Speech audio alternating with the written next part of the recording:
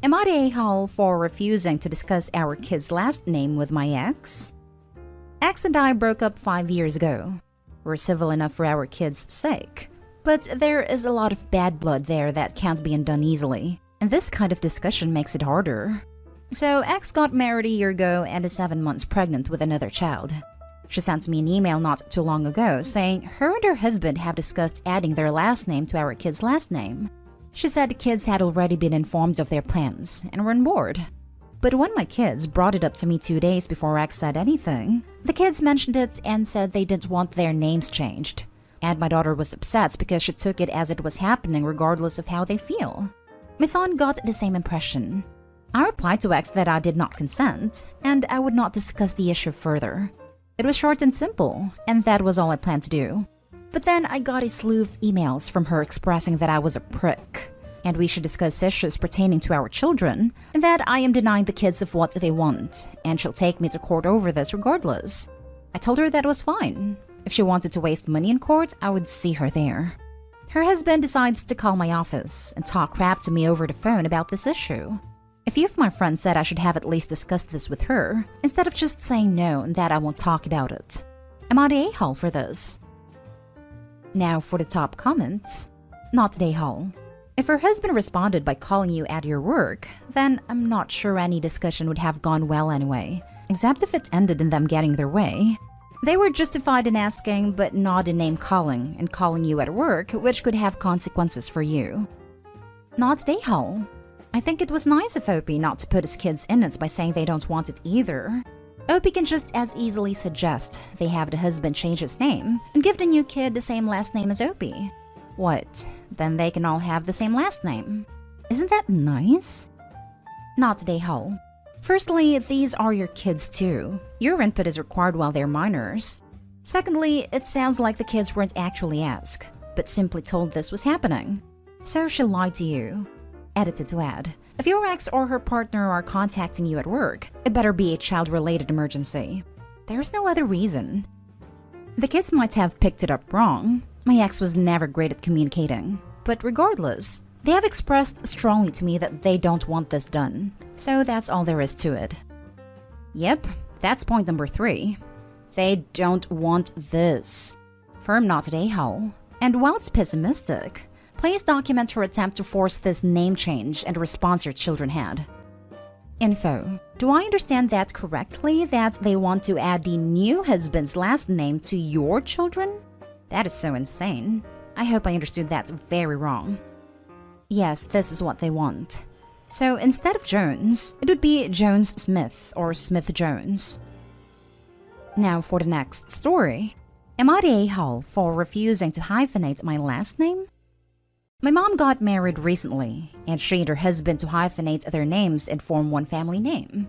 Her husband's kids and my half-siblings are all on board with changing their names to the hyphenated version. I am not on board with this for me. I have expressed this at least 20 times since it first came up. I don't want my name changed. That will not stand up in court and consent. My mom is so upset, and she has tried talking me around, even tried offering me bribes to go along.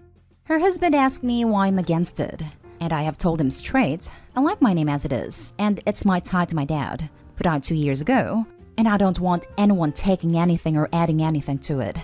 My name has been my name for 15 years, and no, just because I'm a girl doesn't mean I'll change it when I get married, so that's not an argument to use with me. I also pointed out I could do the same when I'm older and get married and hyphenate. And I don't want 3 last names, and his name would be the one to go in that circumstance, not my dad's. Both are pretty pissed I won't work with them on this, and agreed to compromise a change. My mom has told me I'm being stubborn for the sake of being stubborn. And having a family name that brings us all together is nice, and I'm separating myself from that. Her husband told me I'm making him feel like there's something wrong with him/his name. I told him that was his problem, and I had made my feelings clear. Am I the a-hole? Not the a-hole. Your name is your name, and at 15 you are old enough to decide for yourself. What do they want to do?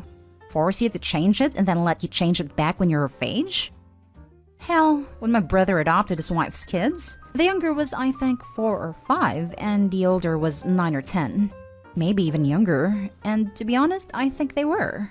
Anyway, they asked the older if he wanted to take my brother's last name. They compromised and he took the last name as his middle name. The younger wasn't old enough to know the difference. Anyway, names are so important, and Opie absolutely has the right to choose hers. Not today, Opie. They have fair reasons for asking, just as you have fair reasons for refusing. However, I have expressed this at least 20 times since it first came up. I don't want my name changed, and I will not stand up in court and consent. That is 18 or 19 times more than should have been necessary. Trying to force the issue on their daughter makes them clearly a-holes here. Not today, Hull. Not today, Hull. You're not marrying the bloke. She is. She can change her name. Any kids they have can have their new name. Unless he adopts you, you shouldn't be under any obligation to do so. And even if he does, you're 15. You should be able to make your own mind. It's just a name. Just because your mom adds an extra name doesn't mean your relationship changes. Under no circumstances is he adopting me either. I'm happy to fight against changing my name and being adopted if I am ever forced to. Next story. Am I the a-hole for embarrassing my stepdad to his friends after he called my dad a loser? My mom was a single mom until I, 16 male, was 8, and that's when she met my stepdad Luke. My dad wasn't around because my mom said he was an alcoholic and knew he wasn't gonna be a good dad. Never found out about me until I was 10, and it was a whole thing. But he'd already been sober for years. Now I'm 16, and we're close. He's not just a fun dad, but also strict, and he was always upfront about his problems because he doesn't want me falling into the same things. Luke wasn't happy when my dad came to my life, and you can tell because it gets serious. And then he ignores my dad when he comes to see me at stuff or my birthday parties. I don't get to spend a lot of time with my dad. Only weekends and when I'm on school break or holidays. So I ask him if we could have more time together.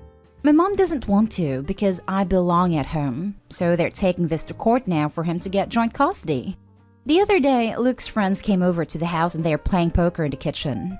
I came downstairs to charge my phone when I heard his friends ask how it's going with the custody thing. He was just ranting about my dad being a bum, and then he said he doesn't know why he even want to go with that alcoholic loser. My dad was an alcoholic back then, but he literally been sober for like 11 years. He got his own business and make good money on top of all that, so it just made me mad how he was calling him.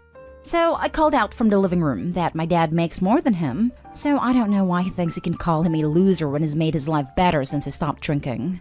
I left my room mad, but I know it was quiet in the kitchen. My mom came to me after and she told me I didn't have a right to embarrass him like that.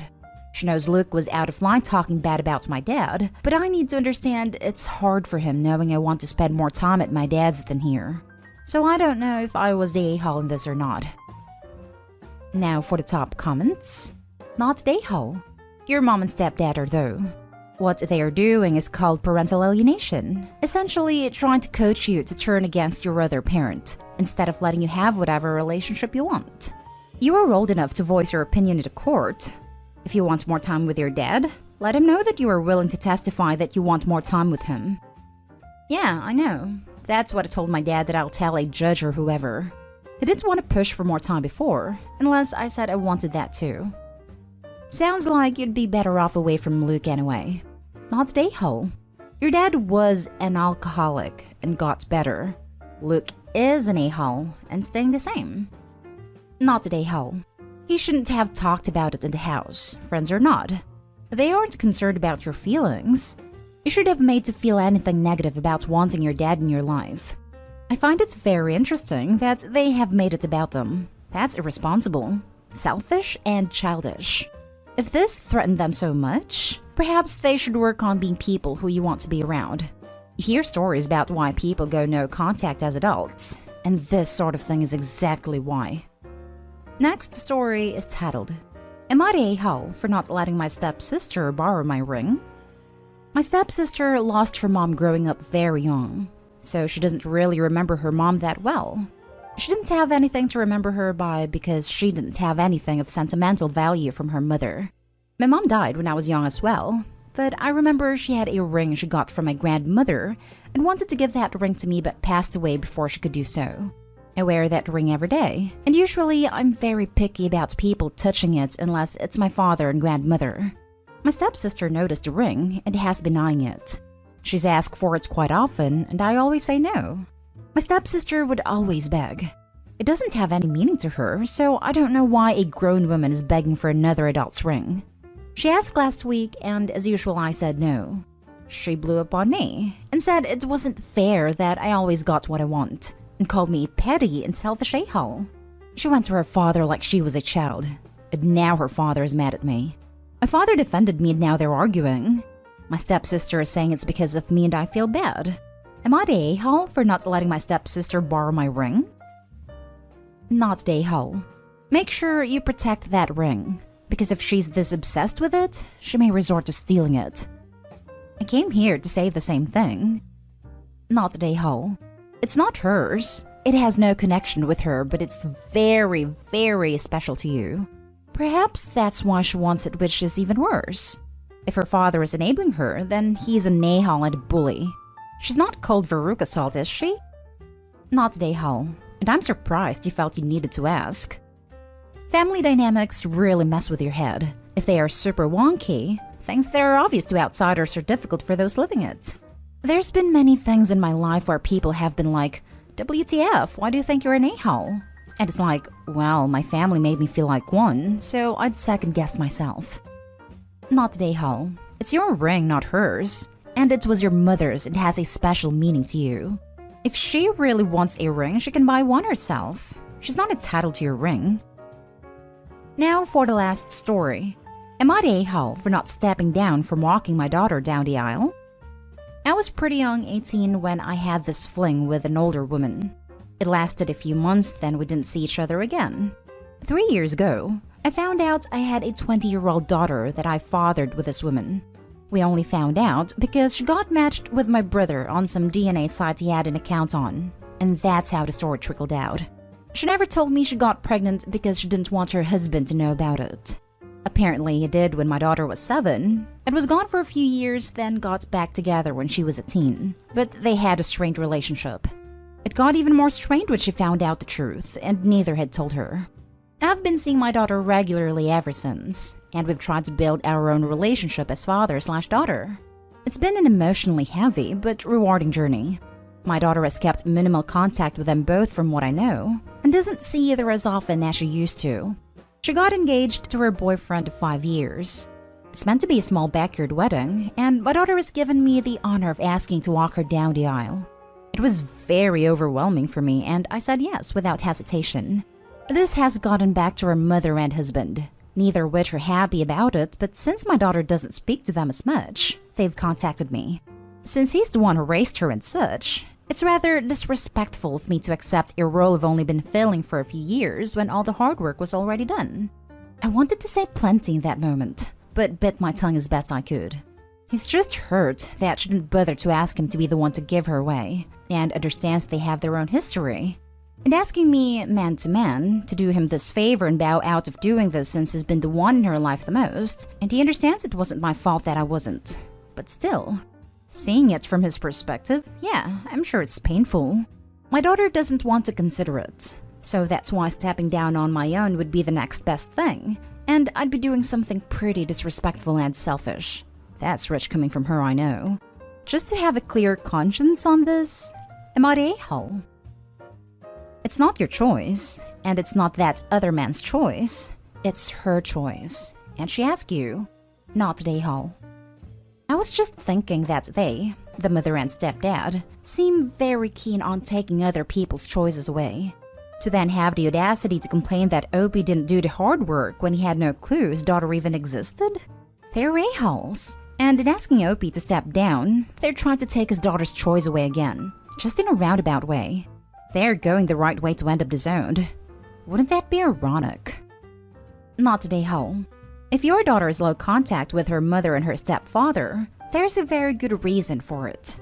If you did bow out, there's no guarantee that she'll put whatever issues they all have aside and ask him to walk her down the aisle. You will also be deprived of yet another father-daughter moment. You've already missed out on so much, through no fault of your own. Don't miss out on this moment. If you do, this one will be your fault, and you will regret it forever. Do not step down. It's your daughter's choice. But you should talk to your daughter about doing something to include the only father she has known for a long time. Yes, they messed up by not telling her or you, but people are flawed, and he did raise her at the end of the day. Not the a-hole. Barely. He bowed out for a few years. If she thought he was worthy, she would have chosen him. Plus, he barely talks to them.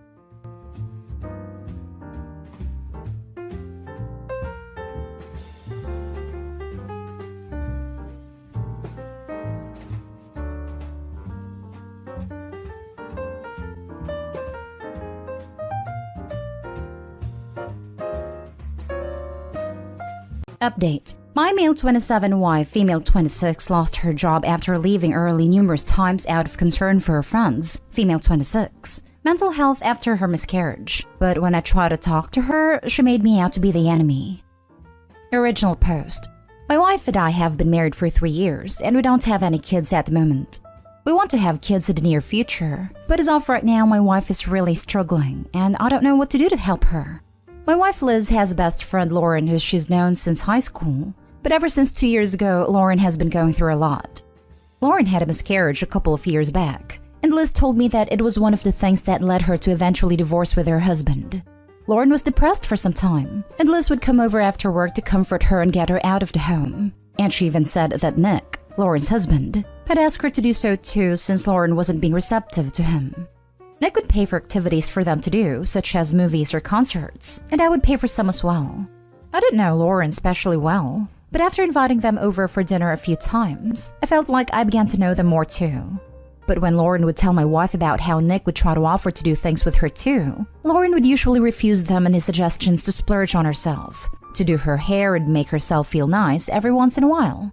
Liz tried to tell her that while she'll be there for her, that she should also confide in her husband to do things with him too. But she said that Lauren just felt guilty among other things. And there were a handful of fights that they had too. Fights where Lauren would tell Liz that she erupted at Nick for suggesting activities to her that she didn't want to do. Fights that Liz honestly felt that Lauren was in the wrong about, because she was constantly resenting him. One of the fights happened when Nick brought her flowers and offered to take her out to dinner for her birthday, only for Lauren to snap at him because she wasn't in the mood.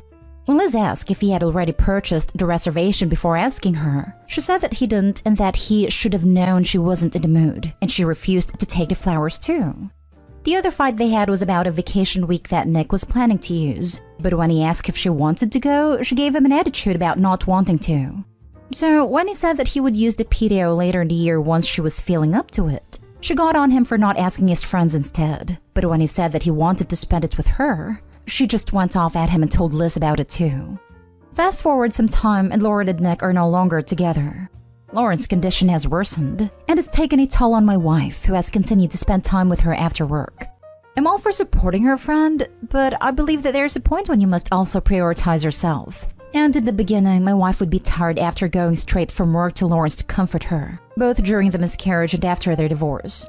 But now, as Lauren has continued to struggle more than a year after the miscarriage, and refused Liz's suggestion to try therapy, once with her husband and even after the divorce, Lauren has begun to make concerning statements about feeling like she might end it, and other stuff like that. And we were recently having lunch with another couple we know where Lauren texted her something similar, and Liz couldn't enjoy herself. I totally understand that. And on that day, she expressed that she needed to leave to make sure that Lauren was alright. And this was towards the first few times that Lauren began saying that. However, while driving away, Liz called Lauren, who then said she didn't mean it. And Liz was somehow able to make her feel better on the phone to the point where it was unnecessary for her to come over anymore. So, while I was relieved, but not completely convinced that she was fine, I told Liz that maybe she should go over just to make sure. But Liz said it was fine, and I trusted her with that since she knows her better. However, I also told her that while Lauren is her friend, she can't let her weigh her down when she's enjoying herself. Like at lunch or other times we had plans and sacrificed them to be there for Lauren. And that if Lauren refuses to get help time and time again, there's only so much you can do, and you still have to live your life.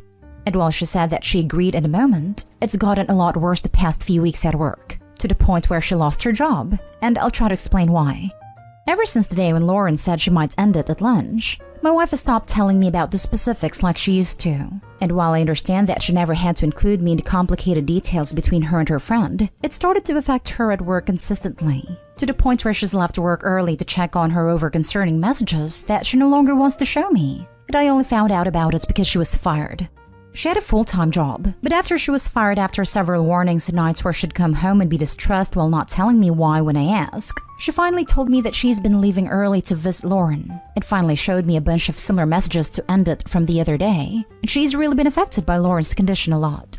However, I told her that's not an excuse for the lack of communication, and I told her that over the past few weeks too, ever since she started to somewhat ghost me at home for apparently what I said after the lunch. She showed me messages that pretty much proved she was going over there, as well as many calls that happened in her car during work hours too.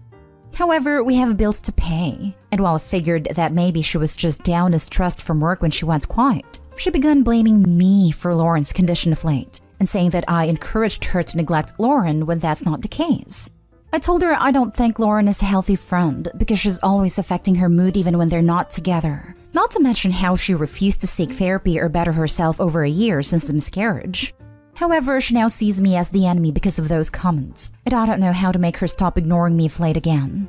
I felt scared to tell her not to see Lauren anymore after we left the luncheon, because of the possibility of cutting off Lauren's only support, and having her maybe do something like she said and having that on my conscience.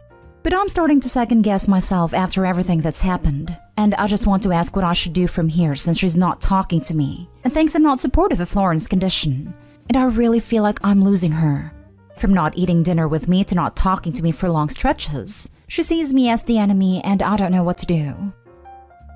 Top advice before reading the update. You need to be brutally honest with your wife.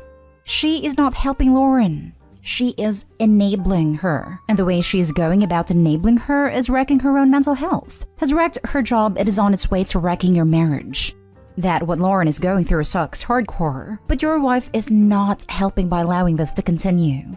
Tell her that if she doesn't believe you, then she should speak to a therapist herself to find out what is an acceptable level of help versus what is enabling someone to not deal with her own problems. Tell her that the next time Lauren sends a text threatening self-harm, she should immediately call emergency services in Lauren's area. Tell them she's made a threat to hurt herself, and that she'd like them to do a welfare check on her. Then she needs to tell Lauren that she will help emotionally support her while she starts therapy, but that therapy is a must for your wife to continue supporting her.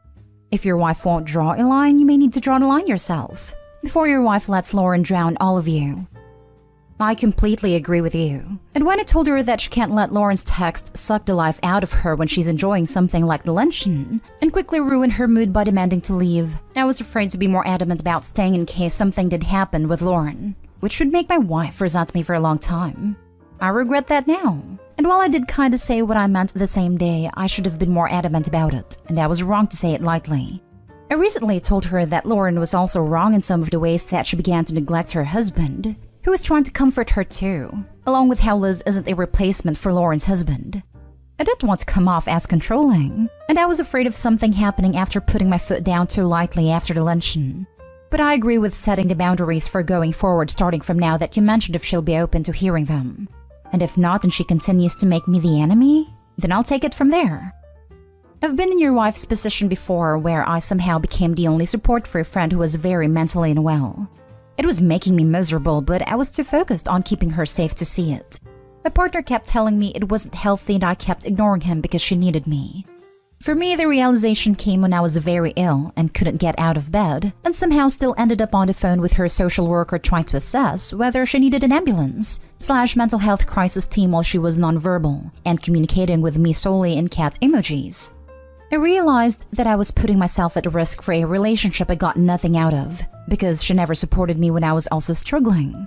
She sent me a message the next day apologizing that I responded saying that I was unwell and had too much on my own plate to be the person she turned to for support right now. She immediately blocked me and everything, and we haven't spoken since. The point I'm trying to make is that in my experience, you telling your wife that this relationship is unhealthy and damaging her life is not going to get through to her, because it is so hard to get over the idea that you are the only thing standing between this person and death. It is so hard to let go of the belief, which is not true by the way, that if you set boundaries and they actually do it, even if you know the chances of that are tiny, you'll be responsible. Essentially, she's now putting you in the same position for her, as she is in with Lauren. She is going to drag you down with her unless you set your own boundaries for how much of this you will tolerate. Maybe therapy or divorce will be the thing that snaps her out of it. Maybe it won't. But you can't spend the rest of your life catering to Lauren when she refuses to help herself. I'll ask her about therapy again despite already trying once, only to be ignored. I offered going together or even alone for her, including encouraging her to suggest it to Lauren too. But after I said what I said about how Lauren has become too demanding, she's seen me as the enemy since and has been unwilling to talk to me in my own home. Not to mention showing no plan to look for new jobs or file for unemployment and expecting me to pay the bills after saying that I can't afford it while she recovers, which is just another bag of worms. I'll ask her again to see if she'll be willing to talk about therapy and where we go from here. But given her silent treatment, I'm not confident that she'll want to talk at all. And if she doesn't, I'm thinking that that might be her answer in being done with our relationship. And now for the update. A lot of people said that the proper word that describes her relation to Lauren is codependent, and I honestly agree. Some suggested that I leave for a few days to take a break and think about what I'm getting out of the relationship post Lauren's miscarriage that sparked a dramatic behavior change in my wife. However, the suggestion that I decided to follow was talking to her once more and telling her where I stand and seeing where we both stand on the matter. So that conversation is why I'm updating. I echoed what someone said about how Liz could be enabling Lauren from wanting to seek therapy when she knows that she can call her at any time. And I also told her that lying by leaving early was wrong too. I also told her that we needed to discuss her next job, but she said that she'll get it when she wants to because it's my fault that she had to sneak around in the first place. And she also disclosed something new. She said that she's an empath and that she and Lauren are pretty much the same person. So when I criticized Lauren, I was criticizing her. She also said that I am someone who doesn't prioritize mental health because I criticized Lauren, and that if she hadn't lied and sacrificed her job to be with her, Lauren might not be here, and it would be my fault. So she said that paying for the bills was the least I can do because I don't care about Lauren at all, completely forgetting how I cooked for them numerous times and bought them movie tickets among other things, and sometimes with my own money too. Before I could even say more once she got started, she said that she's been talking about me to Lauren a lot and that I'm no better than her ex-husband and that she wants out and there's no changing her mind. Honestly, when we were going to talk, I wasn't expecting her to lay into me like that. I didn't expect it to be roses, but I really didn't expect her to get at me like that. I've been depressed myself lately and trying to push through, but we are in the process of getting a divorce because that's what she wanted, and I've also taken some time off for myself too. I've just started therapy, but the divorce process hurts and still hurts honestly. But that's pretty much it. I'm back working, but it still hurts. I'm playing a lot more games than I usually do at home, and a few of my friends have been really comforting. But it hurts. I don't want to ask for any advice on moving on from such an ugly end to everything if anyone has any suggestions. But that's pretty much it. She was done before I could even get that far, and even push for counseling together like someone else suggested too. Hey, I remember your first post. I'm really sorry that things ended up going down this way. I was afraid this is where this was headed. She was in deep into the codependency and enabling, and they were clearly co-poisoning each other's heads about marriage and husbands. Know that there is nothing you could have done differently to prevent this outcome. Your wife has mental health issue. Codependency is a mental health issue, and it parallels addiction in many ways. Your wife's mental health issues led her to choose an emotionally unhealthy relationship where she felt needed, over a healthy one where she didn't. You cannot blame yourself for being healthy. That was not a fault. You are young and you will bounce back from this. Let yourself feel your grief and anger. Those are normal things to feel right now. Invest your friendships and hobbies. Do what you can to make time pass, even if that's video games. But try to make sure you're socializing and exercising too, so you don't fall into a trap where you neglect yourself or your life. I'm so sorry you went through this. Trying to push through it while also working on some other aspects right now too. Would love to find some new hobbies as well. She also began telling some of our mutual friends about me being against mental health as well, so it's been weird with some friends, and some who wanted less to do with me since. So I'm trying to start over and maybe find some new ones eventually, which seems easier said than done at the moment, but hopefully soon as I have few good ones right now. Obviously you aren't against mental health. You're against enabling behavior, being codependent to the point where you lose your job, and untrained people pretending they are therapists. You know, there's always some bleeding of the friendships when a divorce happens, and people make unexpected choices. But make sure you get your story out there and counter the false narrative. Like, make sure people know your wife was literally fired because she wouldn't stop enabling this friend and wasn't capable of drawing healthy boundaries. Well, your ex-wife and her best friend are made for each other. If it's any comfort, those two are not going to lead happy lives. They were friends long before we started dating going back to high school, so perhaps there was no coming between them at all. She knew Lauren before she met me too. I've told a few friends on my side, and some have stayed with me. It's just insane how fast everything changed. Your marriage was lost when she uttered, before it was us, it was them. I'm so sorry for your man, but I strongly recommend therapy for yourself to help deal with all this. Also stand your ground on the house and everything. She threw away the marriage, not you. Recently started, like very recently. What hurts more now is just the loss of friends who she was able to convince to her side, or maybe told them a different version. I don't know. I lost one good friend or someone I thought to be a good friend, and maybe they'll come back. But it would have been cool to help me find stuff to do, although I have family and a few others who can help with that. But it hurts for now the friends part. I'm so sorry, but this may be the best outcome for you. Your wife was lost to you long before this. Now you can work on your own mental health. You can move forward without distrust and worry of an absent/toxic partner. It's just crazy how fast everything happened over the course of a little over a year.